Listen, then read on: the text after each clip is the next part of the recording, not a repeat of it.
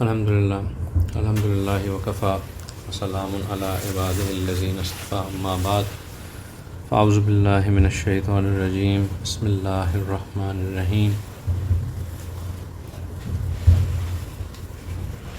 الذین اتخذوا دینہم لہوا ولعبا وغرتہم الحیاۃ الدنیا فالیوم ننساہم کما نسوا لقاء یومہم ھذا وما کانوا بآیاتنا یجحدون سبحان ربک رب العزت عما یصفون وسلام علی المرسلین والحمد للہ رب العالمین اللہم صلی علی سیدنا محمد وعلی آل سیدنا محمد وبارک وسلم اللہم صلی علی سیدنا محمد وعلی آل سیدنا محمد وبارک وسلم اللہم صلی علی سیدنا محمد وعلی آل سیدنا محمد وبارک وسلم رب یسر ولا تعسر وتمم بالخیر وبک نستعین ربی زدنی علما یا فتاح یا فتاح یا فتاح۔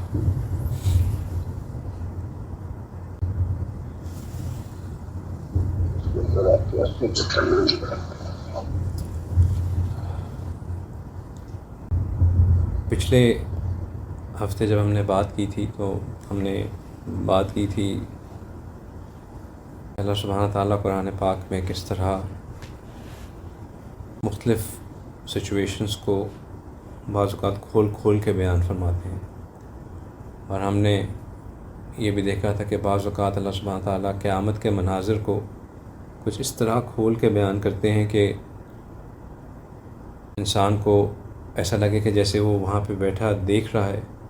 یعنی کہ ہم اگر آج کی دنیا میں دیکھیں تو جس طرح ٹی وی اسکرین کے اوپر ہمیں کوئی ڈاکیومنٹری وغیرہ میں نظر آتا ہے کہ کسی وہ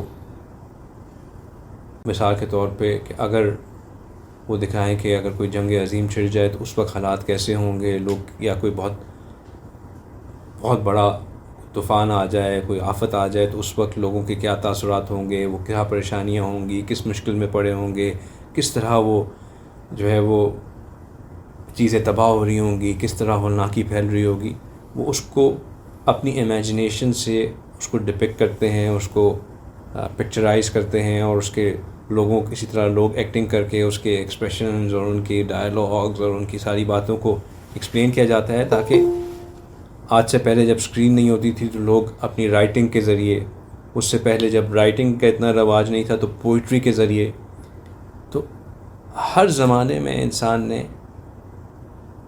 اپنے الفاظ، اپنے زبان، اور اب تھیٹرز میں ایکٹنگ کے ذریعے اور اب پکچرز کے ذریعے، ویژولائزیشن کے ذریعے ایک اسکیچ کھینچنا شروع کر دیتا ہے ان چیزوں کا جو کہ ہو سکتی ہیں۔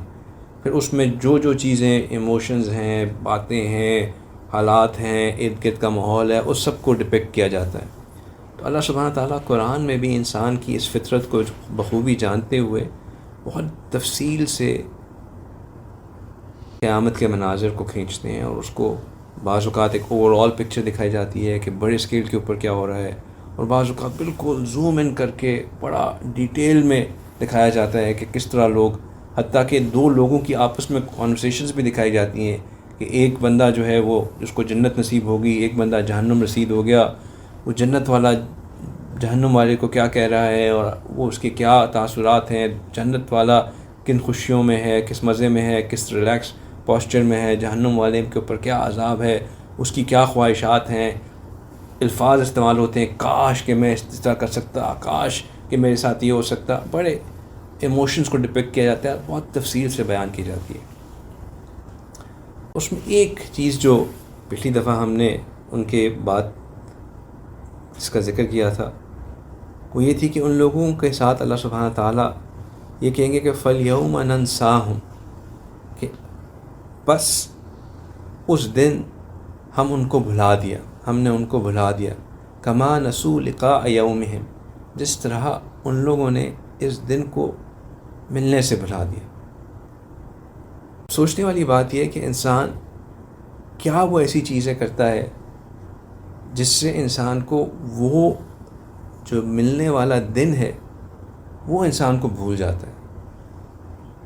کیونکہ میں پچھلے کلاس کے اندر جو ہے وہ ساری باتیں ڈیٹیل میں ہو چکی تھیں کہ کیا کیا ڈسکرپشنز ہیں اور کیا کیا لوگوں کے ایموشنز ہوں گے، جنت والے جہنم والوں کو کیا کہیں گے، صاحب اعراف جو ہیں وہ جنت والوں کو دیکھ کے کیا کہیں گے، جہنم والوں کو دیکھ کے کیا کہیں گے، وہ باتیں ہم ساری کر چکے تھے. لیکن آج ذرا ہم فردر زوم ان کرتے ہیں کہ اس کا جو خلاصہ اللہ سبحانہ تعالیٰ جب کھینچتے ہیں تو کہتے ہیں کہ ہم نے آج ان کو اس طرح بھلا دیا جس طرح انہوں نے اس دن کو، جس میں انہوں نے اللہ سبحانہ تعالیٰ سے ملنا تھا، اس کو بھلا دیا تھا.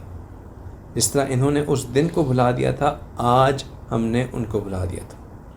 تو ہماری اس زندگی میں وہ کیا چیزیں ہیں جو کہ ایک انڈیکیٹو ہوتی ہیں کہ ہم کیا اس دن کو یاد رکھے ہوئے ہیں یا کیا ہم اس دن کو بھلا چکے ہیں. ایک انڈیکیشن، اس وقت سارے اپنے ساتھی بیٹھے ہوئے ہیں اس لیے یہ بات میں تھوڑی سی جسارت کر رہا ہوں یہ بات کہنے کی، آپ لوگ برا مت منائیے گا میری کسی بات کو. لیکن ایک انڈیکیشن یہ ہوتی ہے کہ ہم اللہ اور اللہ کے وصل کے جو اسباب ہوتے ہیں ان کو اپنانے کی کتنی طلب دکھاتے ہیں. مثال کے طور پر پہلی چیز تو اس کی یہ ہوگی کہ ہم ایمان لے کے آتے ہیں کہ نہیں آتے. سب سے جو اس کا لیسٹ درجہ ہو گیا وہ یہ ہو گیا کہ ہم اس بات کی فکر ہے کہ ہم صاحب ایمان میں سے ہیں یا ہمیں نہیں پرواہ کہ چلو پیدا تو ہم مسلمان گھرانے میں ہو گئے، اب ایمان ہے یا نہیں ہے، جو بھی حالات ہیں نہیں ہیں. ایسے بھی ہوتے ہیں ہمارے ارد گرد، بہت سے لوگ ایسے ہیں، بہت سے مسلمان ہیں جو کہ مسلمان گھرانے میں پیدا ہوئے لیکن دین کی سمجھ ہی نہیں. اب وہ اللہ ہی بہتر جانتے ہیں کہ وہ اپنے ایمان کے اوپر زندہ رہیں گے نہیں رہیں گے، ایمان کی حالت میں ان کو موت آئے گی نہیں آئے گی. اللہ سبحانہ تعالیٰ سب کے ایمان کو سلامت رکھے، لیکن یہ اللہ جانتے ہیں.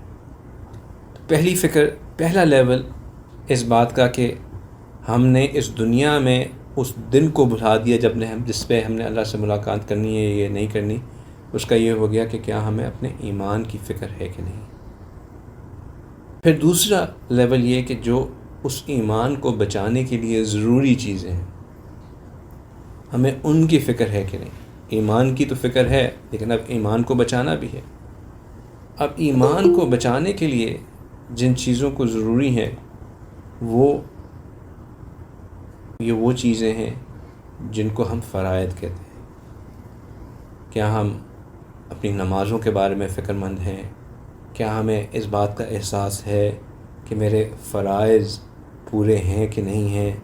کیا میں 5 وقت کی نمازیں پڑھتا ہوں؟ کیا میں رمضان کے روزے رکھتا ہوں؟ کیا میں عبادات میں جتنی بھی فرائض شامل ہوتے ہیں ان کو پورا کرتا ہوں نہیں کرتا؟ حقوق اللہ، حقوق العباد، جو فرائض ان میں شامل ہیں ان کو اتنے ہی امپورٹنس دے کے ان کی ادائیگی کرتا ہوں کہ نہیں کرتا؟ الحمدللہ بہت سے ایسے لوگ ہیں جو کہ اپنے فرائض کو، خاص طور پہ عبادات کو بہت سختی سے پورا کرتے ہیں اور اس میں کوئی کمی نہیں آنے دیتے. بہت اچھی بات ہے. لیکن کیا صرف فرض پورا کر دینا یہ کافی ہے اس دن کی یاد رکھنے کے لیے جو کہ سب سے اہم دن ہے؟ نہیں. اس کی ایک اوپر لیول یہ کہ ہم کتنے اہتمام کے ساتھ ان فرائض کو ادا کرتے ہیں. ہم اپنی طہارت کا کتنا خیال رکھتے ہیں، ہم با جماعت نماز پڑھنے کی کتنی کوشش کرتے ہیں، ہم تکبیر اولیٰ کے ساتھ کتنی کوشش کرتے ہیں. اگر ہمارے اندر ایک نماز کے بعد دوسری نماز کے رہنے کا ایک خیال رہتا ہے تو یہ نشانی ہے ان لوگوں کی جس کو اللہ سبحانہ تعالیٰ روز محشر اپنے عرش کا سایہ نصیب کریں. یعنی کہ ان لوگوں کو فکر رہتی ہے کہ ہم نے اللہ کے سامنے پیش ہونا ہے، بار بار اللہ کے سامنے حاضری کی پریکٹس کا ایک ابھی سے ان کے ذہن میں ایک ارادہ ہوتا ہے، ایک یقین ہوتا ہے، اس کو وہ کرتے رہتے ہیں. اس کے بدلے اللہ سبحانہ تعالیٰ نے کہا کیونکہ اس دنیا میں وہ ہمیں نہیں بھولتے لہٰذا اس دن اب ہم ان کے ساتھ اچھی ٹریٹمنٹ کریں گے. اس میں ایک اور چیز، جیسے میں نے کہا یہ بھی ہے کہ وہ اسباب جو کہ اللہ کے وصل کا سبب بنتے ہیں، اور ان اسباب میں سے وہی بات کہ آپ حضرات سارے جو کہ ماشاء اللہ قریبی ساتھی ہیں، اس لیے آپ سے آپ کی فکر میں اور اپنی فکر میں یہ بات کرنے لگا ہوں. یہ جو ہماری ایک مجلس ہے، یہ بھی انہی اسباب میں سے ایک اسباب ہے. آپ ماشاء اللہ کئی ساتھی کافی سالوں سے ان مجالس کو اٹینڈ کر رہے ہیں. اس مجالس میں ہم کس کی بات کرتے ہیں؟ بتائیے. انمیوٹ دبائیے، جواب دیجیے. سوال پوچھ رہا ہوں، میں کوئی بیان نہیں کر رہا، میں ابھی بات چیت کر رہا ہوں. کس کی بات کرتے ہیں ہم ان مجالس میں؟ اللہ تعالیٰ کی اور اپنے اسلام کی. باقی ساتھیوں کو سنت رسول رسول اللہ صلی اللہ علیہ وسلم کی یا سنتوں کی. اور جی احمد صاحب، اللہ کی محبت کا اللہ کی محبت کی، اور آخرت کی تیاری کی، تزکیہ نفس کی، تزکیہ نفس کی، اور انویسٹمنٹ بینکنگ کی کرتے ہیں، میوچل فنڈز ٹریڈ کرنے کی، نہیں جی، stock exchange, current affairs, oil prices. ایسی کوئی بات سننے میں آتی ہے ان مجالس میں؟ How to become millionaire in 6 months، body building, weight loss 20 weeks course. کوئی ایسی بات کسی نے سنی ہو پچھلے جتنے بھی سالوں سے آپ آ رہے ہو؟ پوچھ رہا ہوں میں، آپ لوگوں سے نارمل بات چیت کر رہا ہوں. آج کھل کے جواب دیجیے. نہیں حضرت، نہیں یاد آ رہا نا کسی کو؟ ان مجالس میں ہم بات کرتے ہیں، آپ لوگوں نے خود ہی یاد کرایا کہ ہم ان مجالس میں بات کرتے ہیں اللہ کی، اللہ کے رسول کی، روز محشر کی، قیامت کے دن کی، ان اسباب کی جن سے ہمیں اس دن میں فلاح ملے گی، اللہ کے وصل کی، اللہ کی محبت کی، نبی پاک صلی اللہ علیہ وسلم کی تعلیمات کی، تزکیہ نفس کی، اللہ کے قرب کے پانے کی، اللہ کا عبد بننے کی، اللہ کو خوش کرنے کی. ہر وہ چیز جو کہ ہمیں یاد کرائے کہ ہم نے آخر میں اللہ کے پاس جانا ہے، اسی کی بات کرتے ہیں. تو یہ ان محفل ان کیٹیگریز میں شامل ہو سکتی ہے جس میں ہم کہیں کہ یہ وہ محفل ہے جو کہ ہمیں اس دن کی یاد دلائے. ہو سکتی ہے نا؟ تو یقیناً ہے. تو جب ہم ان محفلوں کو اس طرح ٹریٹ کرتے ہیں، جب یہ ہماری سیکنڈ پرائیورٹی بن جاتی ہیں، تھرڈ پرائیورٹی بن جاتی ہیں، ہمارے دماغ میں نہیں ہوتا کہ ہم نے اپنے اسکیجول میں اس کو فٹ ان کرنا ہے، ہم یہ بہت بلیٹنٹ انڈیکیشنز دے رہے ہوتے ہیں کہ ہمیں پرواہ نہیں ہے. لیکن مجھے کسی کو گلٹ کرانا سب سے برا کام لگتا ہے. جب میری جو استاد میری اصلاح کرتے تھے، جب وہ گلٹ کرایا کرتے تھے تو مجھے بڑی تکلیف ہوتی تھی. مجھے اس لیے گلٹ کرانا بالکل اچھا نہیں لگتا. میں گلٹ کسی کو نہیں کرا رہا، میں صرف ایک بات رکھ رہا ہوں کہ ہم اس بات پہ غور کریں. اتنے قریب آئے ہوئے یہاں سے آپ آ کے واپس جا رہے ہیں اور آپ نے یہ نہیں سوچا کہ میں اس محفل پہ جا سکتا ہوں کہ نہیں جا سکتا. حالانکہ ہفتے سے اوپر آپ کو آئے ہوئے ہو گیا ہے. ایک میسج آپ نے کیا کہ میں آ گیا ہوں، اس کے بعد غائب.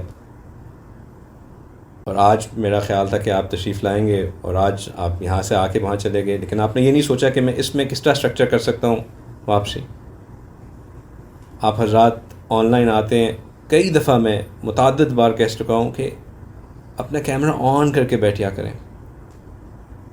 ہمارے شیخ جب ہم اس طرح کے موقع ملتے تھے، ہم تو بوڑھے ہو گئے، ہمیں جو ہے وہ آن لائن محفلوں کی جو ہے وہ پریویلیج نہیں ہوتا تھا. اس میں ہمیں یہ سکھایا گیا تھا کہ جو شیخ کے جتنا قریب اور سامنے بیٹھتا ہے اتنا وہ فائدہ اٹھاتا ہے، کیونکہ شیخ کی نظر بار بار پڑتی ہے اور شیخ کی نظر جیسے فیض ملتا ہے، فیض حاصل کرنے کا بڑا بہتر طریقہ ہے کہ سامنے بیٹھیں، دور مت بیٹھیں، تاکہ بار بار آپ کے اوپر نظر پڑے. اور آپ حضرات آتے ہیں بالکل ریلیکس موڈ میں، نہ کیمرہ آن نہ کچھ. میرا تو کوئی نقصان نہیں ہوتا، میرے لیے تو بڑا آسان کام ہے کہ میں جو ہے وہ بس بیان کروں اور ختم کر دوں اور بات کمپلیٹ ہو جائے. لیکن ہم نے سوچنا ہے کہ ہم یہ کر کیوں رہے ہیں. ہمیں اپنا آبجیکٹو کلیئر ہونا چاہیے. دیکھیں اگر ہمیں آبجیکٹو کلیئر ہوگا نا تو ہمارے لیے موٹیویشن، اپنے آپ کو موٹیویٹ رکھنا یہ بہت آسان رہے گا کہ ہم یہ کیوں کر رہے ہیں. ہم کیجولی جوائن کرتے ہیں 10 منٹ بعد، 15 منٹ بعد، 20 منٹ بعد، 25 منٹ بعد، آدھی بات ہو چکی ہوتی ہے، ہم اس وقت اس کو جوائن کر رہے ہوتے ہیں.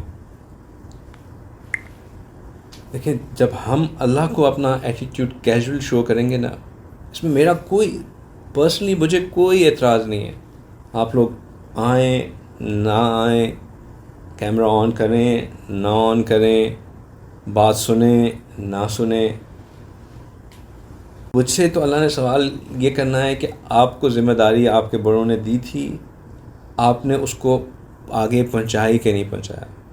میں تو الحمدللہ اللہ سبحانہ تعالیٰ مجھے آگے توفیق دیں، جب کسی بہت ہی ویلڈ ریزن کی وجہ سے نہ ہو، میں یہ محفل باقاعدگی سے ہمیشہ کرتا ہوں. نہ کر سکوں تو کم از کم آن لائن ضرور کر لیتا ہوں. فرائیڈے کو نہ کر سکوں تو سنڈے کو ضرور کر لیتا ہوں، کیونکہ مجھے تو ایک ذمہ داری ہے میرے اوپر، میں نے تو اس کو پورا کرنا ہے. چاہے آپ ایک بندہ اٹینڈ کر رہا ہو، چاہے 10 اٹینڈ کر رہے ہوں، 20 اٹینڈ کر رہے ہوں، میکس نو ڈفرینس. میں نے تو بات پہنچانی ہے. میں تو صرف آپ لوگوں سے پوچھ رہا ہوں کہ جو آپ کس موٹیویشن کے ساتھ اس کو جوائن کرتے ہیں. اگر تو آپ کی موٹیویشن یہ ہوتی ہے کہ انشاءاللہ ہم نے بھی یہاں سے کچھ پانا ہے، کچھ کرنا ہے، اور بے-شک یہی ہوتی ہے، تو اس میں تھوڑا سا کنسسٹنٹ ہونا، تھوڑا سا طلب کا اظہار کرنا. مجھے احساس ہے کہ آج کل فرائیڈے ورکنگ ڈے ہو گیا ہے، جلدی نکلنا آسان مشکل ہو چکا ہے. میں نے آپ لوگ کو آپشن دیا کہ سنڈے کو کرنا ہے، ہم سنڈے کو کر سکتے ہیں. آپ سب نے بائی چوائس ڈیسائیڈ کیا کہ نہیں فرائیڈے ایوننگ ہی رکھنی ہے. لیکن فرائیڈے ایوننگ کو پھر آن لائن کو آپشن بھی ہے. آن لائن بھی لیٹ آنا، آگے بغیر کیمرہ کے بیٹھنا، جسٹ آپ کے اینڈ پہ یہ سوٹیبل نہیں. تو اگر آپ چاہتے ہیں کہ اس بات کا اظہار ہو کہ واقعی آپ کے لیے یہ ایک مطلوب چیز ہے، آپ کے لیے ایک اہم چیز ہے، آپ اس کو اس سے کرنا چاہتے ہیں، تو دیکھیں ایک ہمارے دین کا اصول ہے کہ محبت اظہار چاہتی ہے.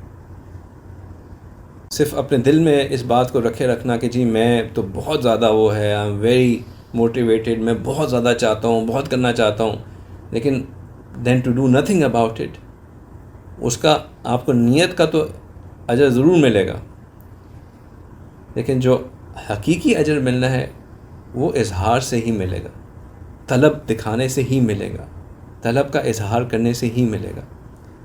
تو اس کو ضرور کیجیے، اس کو انڈر ایسٹیمیٹ نہ کریں.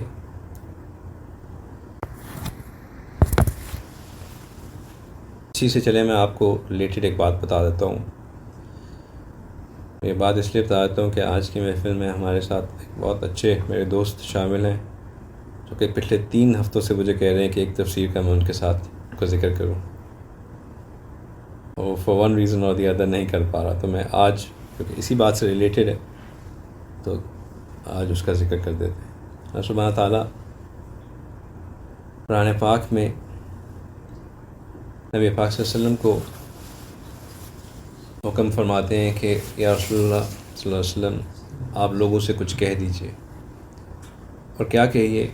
کہتے ہیں کہ آپ فرمائیے کل امر ربی بالقسط، میرے رب نے مجھے حکم دیا ہے کہ میں انصاف کروں. وَأَقِیمُوا وُجُوهَکُمْ عِنْدَ كُلِّ مَسْجِدٍ، اور ہر سجدے والی جگہ پہ اپنے قیام کو اپنا قیام کروں، اپنا منہ اپنا رخ ہر مسجد ہر سجدے والی جگہ پہ کر کے، لٹرل ٹرانسلیشن، وَدْعُوهُ، اور اللہ کو پکاروں، مخلصین لہ الدین، اس طرح پکاروں کہ میں اپنے ایمان میں، اپنے دین میں بہت مخلص ہوں۔ یہ اللہ سبحانہ تعالیٰ نبی پاک صلی اللہ علیہ وسلم کو کہہ رہے ہیں کہ لوگوں کو یہ بات کہہ دیجیے۔ اس بات کو کہنے کا مقصد کیا؟ اس بات کو کہنے کا مقصد سب سے پہلی بات تو یہ کہ امر ربی بالقسط، کہ میں اللہ تعالیٰ مجھے حکم دے رہے ہیں کہ میں انصاف قائم کروں۔ انصاف سے مراد یہاں پہ مفسرین نے صرف یہ نہیں رکھی کہ ایک جنرل انصاف کرنا۔ انصاف سے مراد اس پوری آیت مبارکہ کے کانٹیکسٹ میں دیکھا جائے کہ جس چیز کو بھی کیا جائے اس کو اس چیز کا حق ادا کیا جائے، اس چیز کو اس کے حق کے حساب سے کیا جائے، نہ اس میں زیادہ غلو کیا جائے، نہ اس میں بے حد کمی کی جائے، نہ ایگزیجریشن ہو، نہ ہی اس میں کمی ہو، چیزوں کے اندر بیلنسڈ ہو۔ جو بھی کام کیا جائے، جس محبت کا اظہار کیا جائے، جس کام کو کرنے کا ارادہ کیا جائے، اس کو اس کے مقام پہ رکھ کے کیا جائے، اور اس کی وجہ سے باقی چیزوں کا امبیلنس نہ کر دیا جائے۔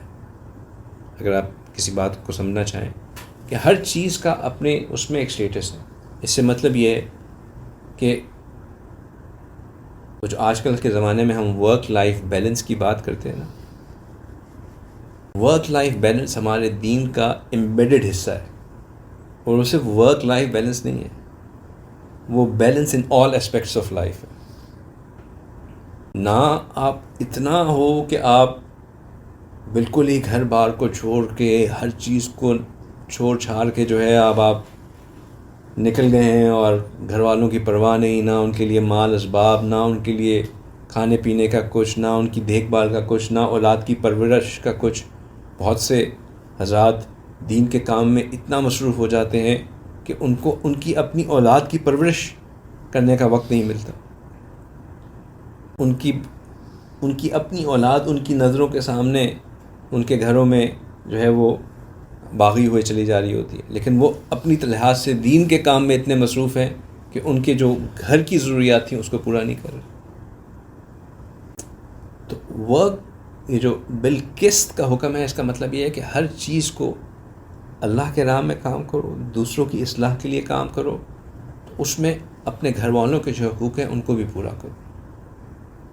نبی پاک صلی اللہ علیہ وسلم سے محبت کا اظہار کرو تو اس دائرے کے اندر رہ کے نبی پاک صلی اللہ علیہ وسلم سے محبت کا اظہار کرو جو دائرہ اسلام نے سکھایا ہے، اس میں غلو مت لے آؤ، اس کو اوور بورڈ مت کر دو۔ پہلا لیسن جو یہ آیت مبارکہ میں اللہ سبحانہ تعالیٰ نبی پاک صلی اللہ علیہ وسلم کے زبانی ہمیں سکھا رہے ہیں، وہ یہ کہ بیلنس، اللہ سبحانہ تعالیٰ حکم دے رہے ہیں کہ بیلنس رکھو، ہر چیز میں بیلنس رکھو۔ اس لیے اللہ سبحانہ تعالیٰ نے 50 نمازیں نہیں فرض فرمائیں، 5 نمازیں فرض فرمائیں، بیلنسڈ، اور نمازوں کے اوقات ایسے ہیں کہ وہ بیلنسڈ ہیں، through out the day balanced ہیں، ہر چیز کا ٹائم ملتا ہے۔ بیلنس بہت امپورٹنٹ فیکٹر، ایک بہت فنڈامنٹل کانسیپٹ۔ پھر جو دوسری بات فرمائی وہ اس سے بھی زیادہ ہے، فرمایا وَأَقِیمُوا وُجُوهَکُمْ عِنْدَ كُلِّ مَسْجِدٍ، کہ تم جو بھی مسجد کو یہاں پہ ہم سمجھ دیتے ہیں کہ ہر سجدے والی چیز کا مطلب یہ کہ ہر وہ چیز جس میں ہم اللہ کے سامنے جھکتے ہیں، یعنی کہ ہر وہ اللہ کے سامنے ہم ہر چیز میں جھکتے ہیں، ہماری ہر عبادت کا جو مین ایسپیکٹ ہے وہ یہ ہے کہ اپنے آپ کو اللہ کے سامنے جھکانا، اللہ کے سامنے سبمٹ کرنا۔ جب ہم ہر چیز میں اللہ کے سامنے جھکتے ہیں تو اس آیت مبارکہ میں جو حکم ہے وہ یہ ہے کہ تم اللہ کے سامنے اس طرح جھکو جس طرح کہ مطلب تم اللہ کی طرف رجوع کر کے اپنے آپ کو اللہ کے سامنے جھکاؤ. اپنے ہر عبادت میں اپنے آپ کو اللہ کے احکام کے مطابق جھکاؤ. اب جتنی بھی ہماری ظاہری عبادات ہیں اس میں اپنے آپ کو اس لمٹ میں رکھنا جو کہ اللہ سبحانہ تعالیٰ نے ڈیفائن کی ہوئی ہے اس عبادت کی، وہ ہمارے اوپر مسٹ اور مینڈیٹری. اس میں اپنی ذات، اپنی نفسانی خواہشات کا رد و عمل نہیں آ سکتا. اس کی سب سے آسان مثال سمجھنے کی وہ یہ کہ ہم جب سفر پہ جاتے ہیں تو ہمیں حکم ہے کہ سفر کی نماز کو قصر کیا جائے. اب سفر کی نماز کو قصر کرنا لاجکلی دیکھا جائے تو ایک بندہ ہے، وہ اپنے ہوٹل روم میں ہے، بڑے ریلیکسڈ ہے، کمفرٹ میں ہے، یا کسی دوست کے گھر ٹھہرا ہوا ہے، سارا کچھ ایٹ ایز ہے، وہ اب کیوں نماز کو چھوٹا کرے؟ تو کوئی مشکل تو نہیں ہے، کوئی پریشانی تو نہیں ہے، کوئی اس کے لیے ہیزٹ تو نہیں ہے، اور آرام سے اپنی نماز پوری پڑھے. بلکہ پوری نماز پڑھے گا تو زیادہ اجر ملنا چاہیے کہ اس نے نماز کو پورا پڑھا. لیکن اگر وہ اب اپنی نماز کو پورا پڑھتا ہے، قصر نہیں کرتا، تو اس کی نماز ہی انویلڈ ہے. کیوں؟ چونکہ سفر میں جو حکم ہے نماز کا وہ یہ ہے کہ نماز کو قصر کیا جائے. فرض نماز کی بات کریں. اب یہاں پہ نفس کا یا لاجک کا کوئی رد و عمل نہیں ہے. نفس یہ کہے کہ جی میں تو چاہتا ہوں کہ میں اللہ کی زیادہ سے زیادہ عبادت کروں، پوری عبادت کروں، میں کیوں اپنی عبادت کو کم کروں؟ میں جب کر سکتا ہوں تو میں اس کو پورا کیوں نہ کروں؟ اس کا کوئی وہ نہیں، کیونکہ اللہ نے حکم دیا ہوا ہے کہ تم اس کو کم کرو، قصر کرو. اب ایک بندہ پینے کو پانی نہیں ہے، اور وہ یا پانی صرف اتنا ہے کہ صرف اس کے پینے کے لیے، اور اب وہ اس کو کہے کہ نہیں میں مر جاؤں گا لیکن میں وضو نہیں چھوڑوں گا، کم از کم میرے پاس پانی تو ہے، میں پانی سے ضرور وضو کر لیتا ہوں، دیکھا جائے گا، اللہ توکل، آگے آ کے مجھے پانی مل جائے گا. تو وہ غلو کر رہا ہے. کیونکہ اللہ سبحانہ تعالیٰ نے جو حکم، جس چیز کا اس کو مکلف بنایا ہے، وہ یہ ہے کہ اگر تمہارے پاس پانی نہیں ہے، تمہاری ضرورت سے زیادہ، مطلب تمہارے پاس اگر تمہارے پینے سے زیادہ کا پانی نہیں ہے، اور تمہیں کوئی آگے اسباب کا بھی نہیں پتہ کہ پانی ملے گا کہ نہیں ملے گا، تو جائز رکھا کہ اس کے لیے کہ وہ تیمم کر کے نماز پڑھ لے. ایک بندہ ہے، وہ اس کا خون مسلسل نکل رہا ہے، پوری نماز کا وقت گزر جاتا ہے، اس کا خون نکلے جا رہا ہے، وہ بار بار وضو کرتا ہے کہ شاید اب رک جائے، پھر اس کا خون نکل آتا ہے، پھر وضو جائے. اب اس کو یہ پریشانی ہو کہ میرا تو نماز کا ٹائم نکل رہا ہے، میں جلدی جلدی پڑھ لوں.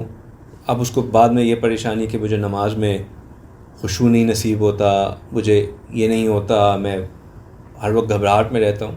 تو یہ اس کی اپنی ناسمجھی. اللہ نے اس کو مکلف نہیں بنایا کہ وہ اسی وقت میں کرے. اگر اس کے ساتھ ایک عذر ہے، وہ معذور ہے، اس کے ساتھ پریشانی ہے، اللہ نے اس کو چھوٹ دی ہے. اس کو اتنی ہی خوشی کے ساتھ، اتنے ہی محبت کے ساتھ جتنا وہ پوری عبادت کرتا ہے، اتنی ہی چھوٹ کے ساتھ، اتنی ہی خوشی کے ساتھ اس چھوٹ کو بھی لینا چاہیے، کیونکہ وہ بھی اللہ کی طرف سے.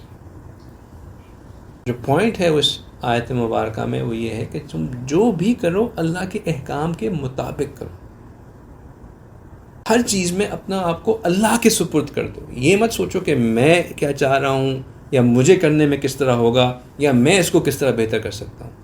یہ دیکھو کہ اللہ اس کو بہتر کس طرح سمجھیں گے، اور جس طرح اللہ بہتر سمجھیں گے اس کو اس طرح کرو.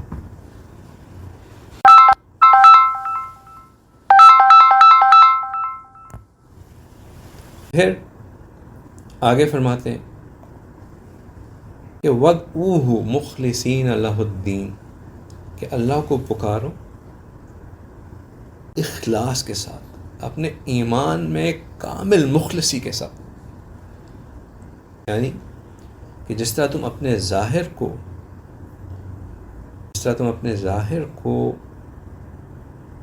اٹینٹیو کرتے ہو، اپنے ظاہر کو کمپلیٹلی سبمسو بناتے ہو، اپنی ظاہری عبادات میں، اپنے حرکات میں، اپنے پریکٹسز میں ان لاز کے، ان آبلیگیشنز کے جو کہ اللہ سبحانہ تعالیٰ نے تمہارے اوپر نازل کی ہیں یا جو شریعت نے تمہارے اوپر قائم کی ہیں، اب جب کہ تم اپنے باطن میں اپنے رب کو یاد کرو، یعنی کہ ان عبادتوں کا جو فوکل پوائنٹ ہونا چاہیے وہ تمہارے دل میں خالصتاً اللہ ہی ہونے چاہیے۔ ہم مسجد میں نماز پڑھنے چاہ رہے ہیں تو ہمیں یہ ڈر نہیں ہونا چاہیے کہ میں جس نیبرہڈ میں رہتا ہوں وہاں پہ ایک میری ریپوٹیشن ہے، وہ یہ سمجھتے ہیں کہ یار یہ بندہ تو بڑا نیک شریف ہے، مجھے اب 2-3 دن مسجد نہیں گیا تو میرے ساتھ کیا ہوگا، یا جس مسجد میں اتفاق سے شیخ صاحب بھی آتے ہیں تو میں وہاں پہ ضرور جاؤں، جب پتہ چلے شیخ صاحب ٹرپ پہ گئے ہوئے ہیں تو میں ذرا ریلیکس کروں کہ اب تو مجھے پتہ ہے انہوں نے تھوڑی دیکھنا ہے کہ میں آ رہا ہوں مسجد کے نہیں، تو خیر ہے، کوئی مسئلہ نہیں۔ تو نماز جو ہے وہ خالصتاً، یا ہر عبادت جو ہے وہ خالصتاً اللہ کے لیے ہو۔ اس دفعہ لمبا لیکچر مل گیا 18 منٹ کا، تو اگلی دفعہ سب آن لائن آ گئے، خیر کیمرہ تو ابھی بھی بہت سے لوگوں نے نہیں آن کیا ماشاءاللہ، لیکن اگلی دفعہ ان پرسن آ گئے، پھر بھول آ گئے کہ چلو وہ، اگر جو بھی کرنا ہے اللہ کے لیے ہی کرنا ہے، خالصتاً اللہ کے لیے ہی کرنا ہے۔ اخلاص کسی کو نظر نہیں آتا، حتیٰ کہ نبی پاک صلی اللہ علیہ وسلم کو بھی منافقین کی نشاندہی اللہ سبحانہ تعالیٰ کر کے بتاتے تھے، یہ منافق، یہ منافق، یہ منافق، چونکہ دل کا حال اللہ سبحانہ تعالیٰ جانتے ہیں۔ اللہ سبحانہ تعالیٰ جانتے ہیں کہ ہم کس نیت کو، کس کام کو کس نیت سے کر رہے ہیں، اور ہم نے اپنے کاموں کو خالصتاً اللہ کے لیے کرنا ہے۔ لیکن اگر اس آیت مبارکہ کو تھوڑا سا ذرا ایک اوور آل اس کا پرسپیکٹو دیکھا جائے تو اس میں 2 باتیں پری ڈومیننٹلی بتائی جاتی ہیں۔ ایک بات تو یہ کہ چیزوں میں غلو مت کریں، keep it balanced, keep everything balanced, balance بہت ضروری ہے۔ جس چیز میں ایگزیجریشن آ جائے، جو چیز اوور ہو جائے، it is bound to fall. Everything that goes up has to come to crash, has to come balance. وہ ایک ہمارے جس زندگی، جس ٹائم میں ہم رہ رہے ہیں، وہاں پہ سمجھا جاتا ہے کہ جو میڈیوکرز ہوتے ہیں، جو مڈ وے پہ سیٹسفائی ہو جاتے ہیں کہ اتنا ہی میرے لیے کافی ہے، وہ شاید اچیورز نہیں ہوتے، گو گیٹرز نہیں ہوتے، سکسیسفل نہیں ہوتے۔ بعض اوقات زندگی میں just about having enough of everything is the perfect state, because then you have balance. Because if you start going after one thing, اگر ایک چیز کے پیچھے ہم شروع ہو جائیں، then that requires ایک اسٹوڈنٹ جو ٹاپ میں کلاس ٹاپر بننا چاہتا ہے، اس کو باقی اسٹوڈنٹ سے ڈیفینیٹلی زیادہ پڑھائی کرنی پڑتی۔ ایک ایتھلیٹ جو اپنے اسپورٹس میں ٹاپ پہ ہونا چاہیے، وہ اس کی زندگی میں اس اسپورٹس کے علاوہ کچھ نہیں ہے۔ اس دن ٹائیگر ووڈس کا، پتہ نہیں آپ لوگ جانتے ہیں ٹائیگر ووڈس کون ہے کہ نہیں، ٹائیگر ووڈ گولفر ہے، اس کے بارے میں پڑھ رہا تھا ایک جگہ پہ کہ اس کی روٹین روز کی تقریباً 9 to 9.5 hours آف پریکٹس تھی، نان پلینگ ڈیز میں 9 to 9.5 hours، اور بالکل اس کی جس میں short practices, walks, running, physical fitness, 9 to 9.5 hours of just practice, اور اس کے بعد 3 to 4 hours آف میڈیٹیشن، یہ وہ، just to keep his mental level as compatible with his physical level. تو جو بندہ اپنی زندگی کے 12 سے 13 گھنٹے صرف کھیل کو دے رہا ہوگا، وہ اس کھیل میں تو ڈیفینیٹلی نمبر 1 ہوگا، لیکن زندگی کے باقی اسپیکٹس میں وہ نہیں ہوگا، بیکاز بیلنس نہیں۔ بیلنس پہلا میسج، دوسرا میسج اس آیت مبارکہ میں جو بہت پرٹیننٹ اور بہت اہم، وہ یہ کہ ظاہر اور باطن دونوں اللہ کے لیے. جہاں ہم نے محنت ظاہر پہ کرنی ہے وہاں محنت ہم نے باطن پہ بھی کرنی ہے. جہاں ہم نے شریعت کے احکامات کو سیکھنا ہے کہ وہ ان کی باؤنڈریز کہاں ہیں، وہاں ہم نے اس چیز کے اوپر بھی محنت کرنی ہے جس سے ہمارے اندر رجوع اللہ اور اخلاص، خالص چیزیں اللہ کے لیے کرنے کا آ جائے. ہماری جو اندر کی جو بیماریاں ہیں جو کہ ہمیں روکتی ہیں اپنے آپ کو خالص اللہ کے لیے بنانے میں، جو ہمارے اخلاص میں ملاوٹ کرتی ہیں، ان کو بھی دور کرنا. چھوٹی سی آیت مبارکہ ہے لیکن خلاصہ ہے پورے دین کا. یہ دونوں محنتیں بہت اہم ہیں، دین کو سیکھنا بھی اور اپنے اندر اپنی روحانی نفسانی اصلاح کرانا بھی. اگر ہم دین کو سارا سیکھ لیں اور ہمارے اندر اخلاص نہ ہو تو اس سے پتہ ہے کیا سب سے پہلی چیز آتی ہے؟ جو علم کے ساتھ سب سے بڑی چیز آتی ہے وہ پتہ کیا ہوتی ہے؟ آئیڈیا ہے کسی کو کچھ؟ تکبر. علم کے ساتھ جو سب سے بڑی چیز جو آتی ہے وہ تکبر آتی ہے. کیونکہ اور تکبر، عالم کبھی ایسا نہیں کہتا کہ میں بہت بڑا عالم ہوں، یہ نہیں ہوتا. تکبر کیا ہوتا ہے؟ آپ سے کوئی سوال پوچھے گا نا، آپ دل ہی دل میں مسکرائیں گے. کیا؟ یا آپ کے سامنے کوئی بحث کر رہا ہوگا، آپ ظاہراً تو بڑے ہمبل ہوں گے لیکن دل میں آپ جو ہے نا وہ کر رہے ہوں گے کہ یار مطلب اس کو کیا، میں کہاں سے شروع کروں. اگر آپ کے ذہن میں یہ بھی بات آ رہی نا میں کہاں سے شروع کروں اس کو سمجھانا، یہ نشانی ہے کہ آپ اپنے آپ کو کچھ 30 مار خان سمجھ رہے. اللہ کی جب پکڑ آتی ہے تو بڑی چھوٹی چھوٹی باتوں پہ بھی پکڑ آ جاتی ہے. ایک شیخ تھے، بہت بڑے شیخ، بہت کام اللہ سبحانہ تعالیٰ ان سے لیتے تھے، بہت زیادہ ان سے کام لیتے تھے. ایک دفعہ وہ عیسائیوں کے گاؤں سے گزر رہے تھے. وہاں پہ جب اس گاؤں پہ گزرے تو وہاں پہ، اب مجھے ایگزیکٹ واقعہ یاد نہیں ہے لیکن اس کا خلاصہ جو میں پوائنٹ بنانا چاہ رہا ہوں اس تک میں آ جاتا ہوں. وہاں پہ ان کا ایسا ہوا کہ ان کے ایک دم سے ان کو نظر کسی ایک عیسائی عورت پہ پڑی، ان کو بہت پسند آ گئی اور ان کے اندر کی تمام کیفیات جو ہے ضبط ہو گئی. انہوں نے اپنے ساتھیوں کو کہا کہ تم چھوڑ کے چلے جاؤ. وہ اس عورت کے گھر چلے گئے کہ اس سے والد سے بات کی کہ مجھے اپنی بیٹی کا رشتہ دے دیں. اس کے والد نے کہا کہ ہم تو رشتہ جو ہے وہ تمہیں اس شرط پہ دیں گے کہ تم عیسائیت میں آ جاؤ، اور دوسرا یہ کہ تم ہمارے سوروں کی، جو ہمارے سور ہیں، ہمارے پگز جو ہیں، ان کی جو ہے تم ان کو چراؤ. اس نے کہا مجھے دونوں شرطیں منظور ہیں. تو وہی عصا جس سے وہ ایک زمانے میں ہاتھ میں پکڑ کے لوگوں کی امامت کیا کرتے تھے، اسی عصے کے ذریعے وہ جو ہے وہ سور چلایا کرتے تھے، سارا کچھ ہوتا تھا. بہرحال لمبی کہانی ہے. اس کا خلاصہ یہ ہے کہ جب اللہ سبحانہ تعالیٰ نے ان کو واپس دین کی طرف ان کا رجوع ہوا اور وہ واپس آئے تو لوگوں نے ان سے پوچھا کہ حضرت یہ آپ کے ساتھ ہوا کیسے تھا؟ مطلب آل آف اے سڈن یہ ایک دم سے آپ کی کیفیات ختم کیسے ہو گئی، آپ کے اوپر پکڑ آ کیسے گئی؟ تو انہوں نے کہا کہ جب ہم ان عیسائیوں کے گاؤں سے گزر رہے تھے تو میں نے ان کی گھروں کے اوپر صلیب دیکھی تو میرے دل میں یہ خیال آیا کہ کتنے بیوقوف لوگ ہیں اس طرح صلیب لگا کے یہ کرتے. تو جب میں نے ان کو بیوقوف کہا تو اللہ سبحانہ تعالیٰ کو میری اس بات پہ کہ میں یہ تکبر دکھا رہا ہوں کہ یہ بیوقوف ہے، میں عقل مند ہوں، اللہ ناراض ہو گئے اور میری پکڑ آ گئی.